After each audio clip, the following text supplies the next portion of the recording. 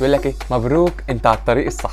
كل لما تحاول انك تعمل حاجه بتحس ان في ناس حواليك بتحبطك ويتكلموا عنك ويكتبوا لك حاجات تضايقك او يعملوا نفسهم ان هم مش واخدين بالهم من اللي انت بتعمله. فكده قول لنفسك مبروك، انت كده بتنجح. مفيش حد بيعمل حاجه في حياته ما يطلعش ليه ناس تعمل معاه كده. لازم تطلع ناس تحبطه وتوقفه عن اللي هو بيعمله، لان في ناس ما بتحبش الخير لحد. رقم 2، في ناس عاوزه تكون زيك ومش عارفه مش عارفه توصل للي انت فيه، تبدأ تغير منك. رقم 3، خايفين انك تبقى في مكان احسن منهم وتروح مكان اعلى وتسيبهم. انت لو بتعمل حاجة والناس بتتكلم عنك فاعرف انك ناجح. الشخص اللي قاعد في البيت وما بيعملش اي حاجة قافل على نفسه محدش بيتكلم عنه. متزعلش لو الناس اتكلمت عنك، ازعل لما الناس ما تتكلمش عنك.